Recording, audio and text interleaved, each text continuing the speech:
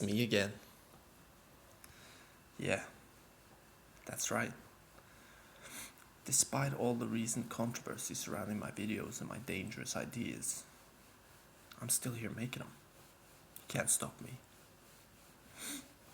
You can't stop me from making 12 rules for life. Okay? That's anyone's domain. Alright? You wanna put rules on life? I'm alive.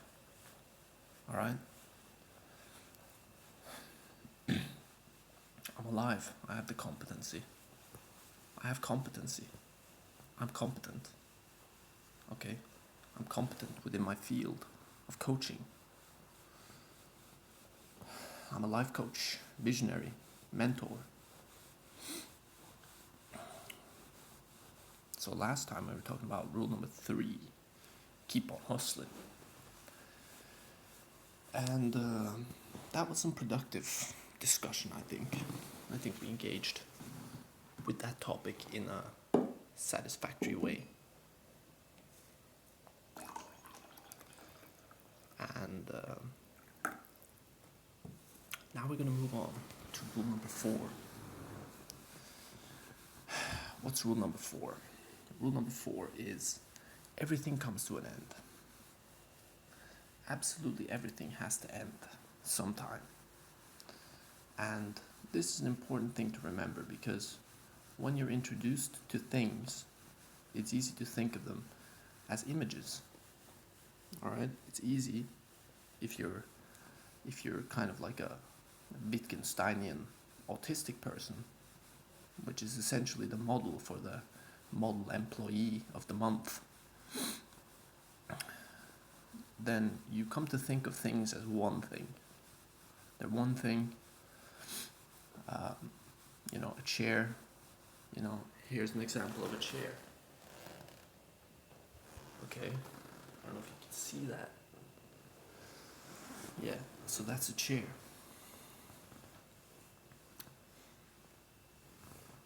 So what else we got?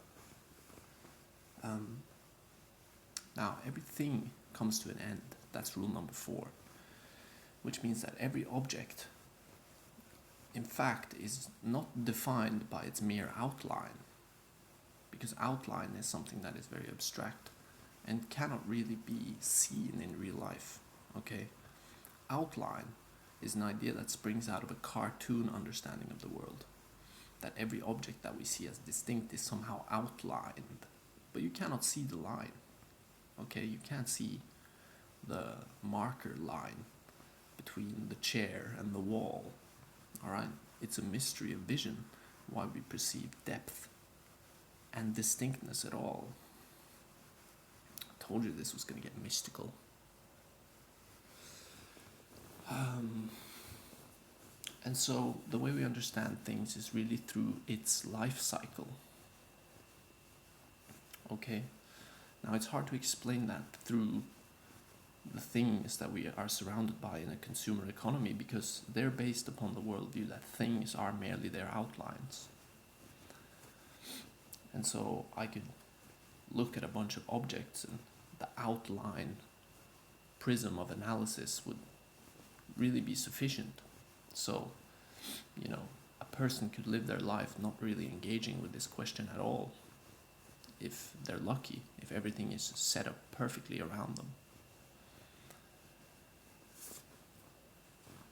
But, in truth, we understand things as they exist in time, through their cycle of life. Now, I don't know how many stages a cycle of life has. Alright? I don't know if there are main stages with sub-stages. Okay?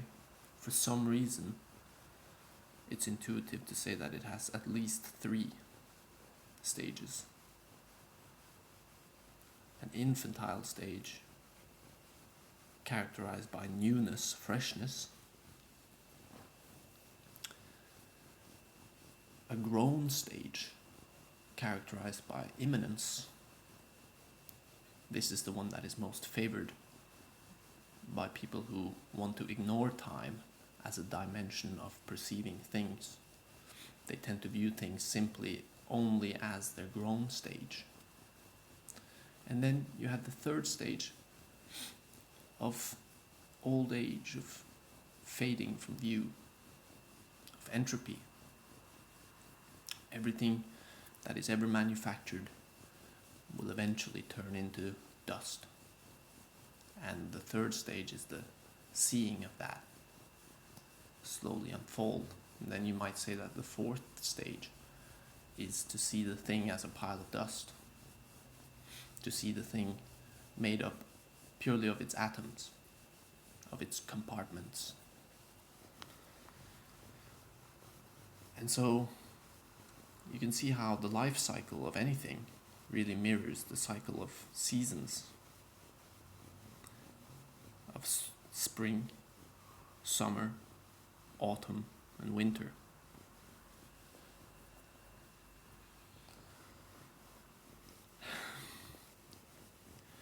And so,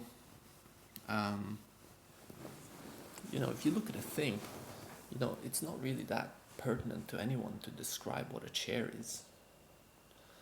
But it becomes more and more interesting to look at the essences of things, the more complex they become.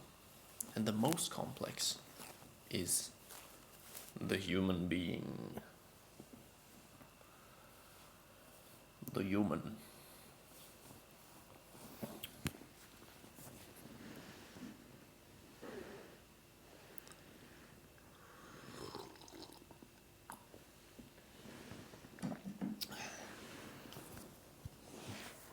And not only the human being, because again, people who insist on not thinking about time, they will say that a human being is just their body, right? But a human being is many things in a lifetime. You gotta remember that each human being starts and ends.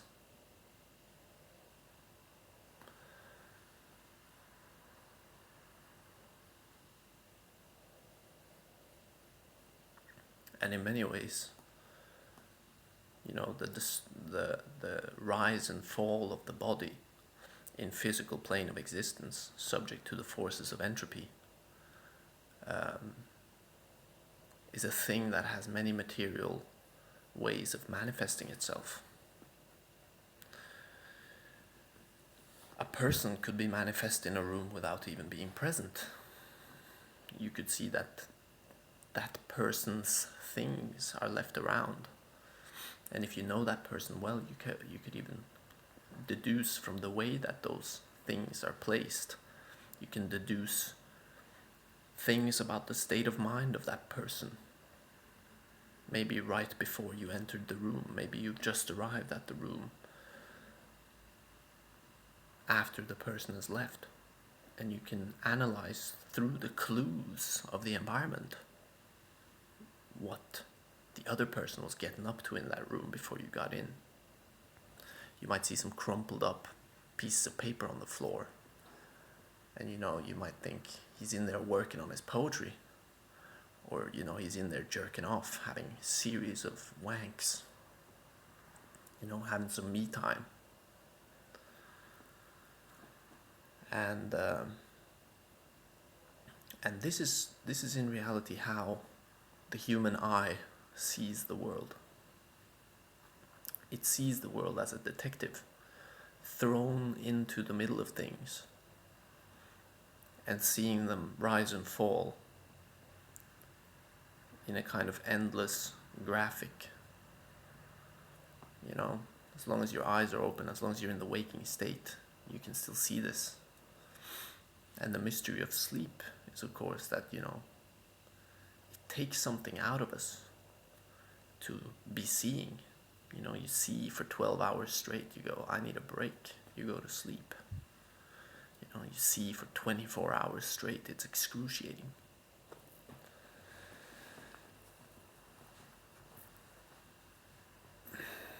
And so,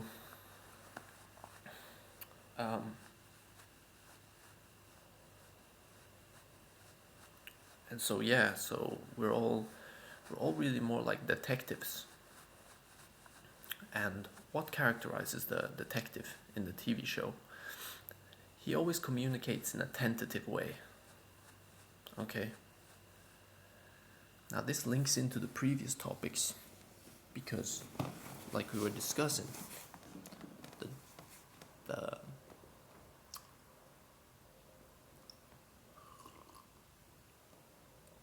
the paradigm of our age is positivism. Positivist paradigm. Alright, that's the pertinent paradigm. That's that PP. And positivism is essentially a religious devotion to atemporal understanding of world. It's essentially the dregs of Christianity, the last dregs of Christianity. It is the concrete fundament that the church is built upon. And so the positivist has no time for intricate artworks or pipe organs, but they can examine every grain in the concrete foundation of the church that's built under the church quickly, just poured in there. And that's the thing, positivist mindset bases itself upon presumption. And presumption, there's a lot of P's in this. Presumption is privilege. Yeah, bet you didn't see that one coming, that I would use the word privilege. Presumption is privilege. The more sheltered you are from the forces of the world, from the entropy of the world, the more you can allow yourself to think that you exist outside of time.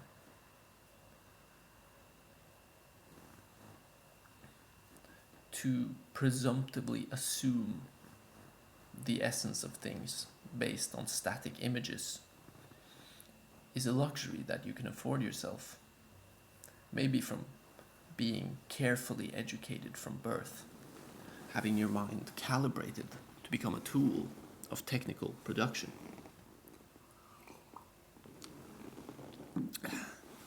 But the human being is always thrown into the middle of things.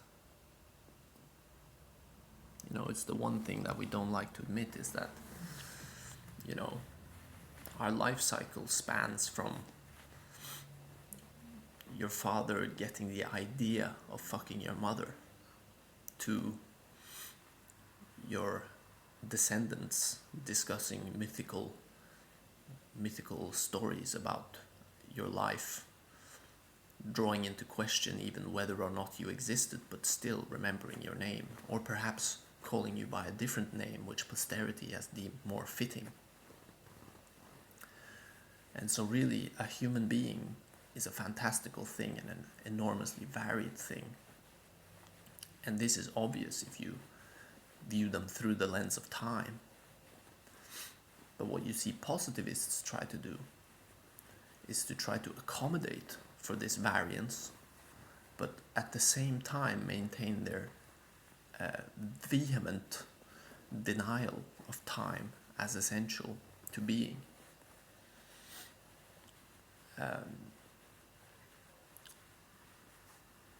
And so what happens is that you move away from the idea of essence and you just invent categories limitlessly. And this is very useful for us because it makes language games, which is the essence of most social interaction, very easy. It makes it just a matter of how much you can insist that whatever you're saying has some sort of foundation in reality. Because nobody knows what reality is within the positivist paradigm. It's just presumed. Reality is presumed as something that is self-evident and thus requires no contemplation or inquiry further. And so why is this a rule? Why is this a rule? This just seems like a critique, doesn't it? A critique of the ontology of our current age. And I can understand why you would say that. I'm definitely critical of the ontology of our current age, of course. But why is it a rule?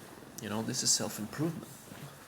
This is self-improvement made for, you know, Johnny Average, Johnny Regular, who I'm gonna help out with my almost bottomless wisdom,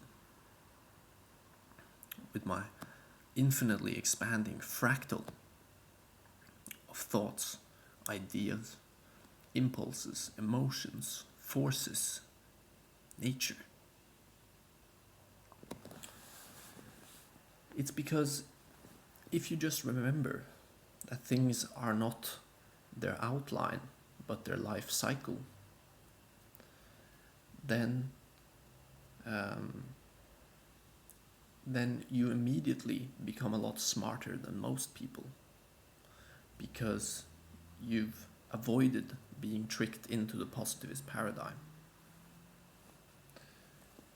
So you can begin to handle the positivist interactions without falling into the trap. Here's an example. A guy at work comes over to you and gives you some weird lime green shit about some fucking crap that you don't give a fuck about, and you got your own shit to worry about. You know, he's there like about some shit, you know, contact seeking, puppy like. You know, he's that guy who's always walking up to people like with a smirk. He's talking about some shit that happened at work and like, oh yes, and then he forgot to fill out the form. You know, if you're locked within the positivist paradigm, you're like, oh my god, I gotta have a conversation right now. But it hurts inside because I don't want to have this fucking retarded conversation. It's like we never left kindergarten. It's like we're meeting in secret in the playground outside of school to discuss our favorite toys. But if you see things as their life cycles, if you see things in time, you realize that this guy's gonna keep this up for what? 30 seconds? I can just be quiet for 30 seconds and look at him. I can just stand there staring at him for 30 seconds. I can just choose not to engage with this. I can just look at him and smile politely.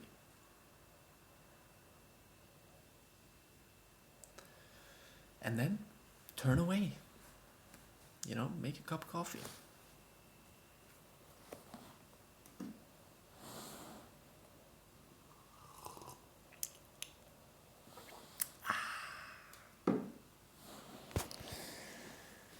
And then know with yourself that everything mirrors everything in scope. What does that mean? In low scope, it means this guy's not going to be able to keep up his little fucking charade of, oh, baby, I'm so fucking positive, for more than 30 seconds in the break room before he moves on to a more willing subject.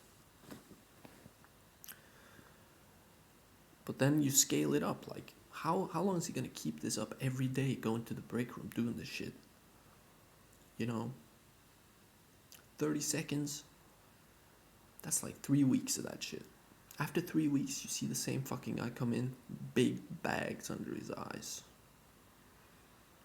Big bags under his eyes. Why? He took too much responsibility. And now he's locked inside of the character that he created for himself, but he doesn't actually have the energy to sustain that, because it's based off of how people act in commercials. And the one thing you gotta remember about how people act in commercials is that they're all on amphetamines.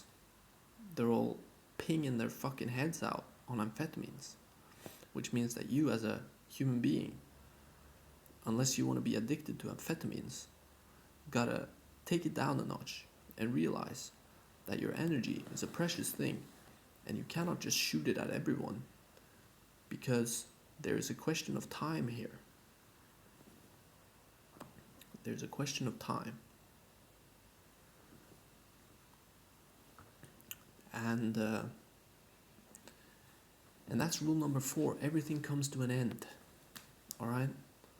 And whenever you're doing something in your life, you should be asking yourself, to what end? To what end?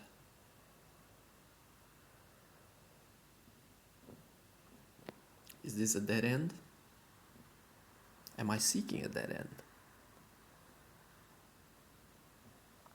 Am I actually better off down a quiet cul-de-sac with my door facing the only way that someone can enter? Is that really such a bad position? To be camped out up a dead-end street? More on that in video 5. Guys, this was a bit of a long one. I really appreciate all the support.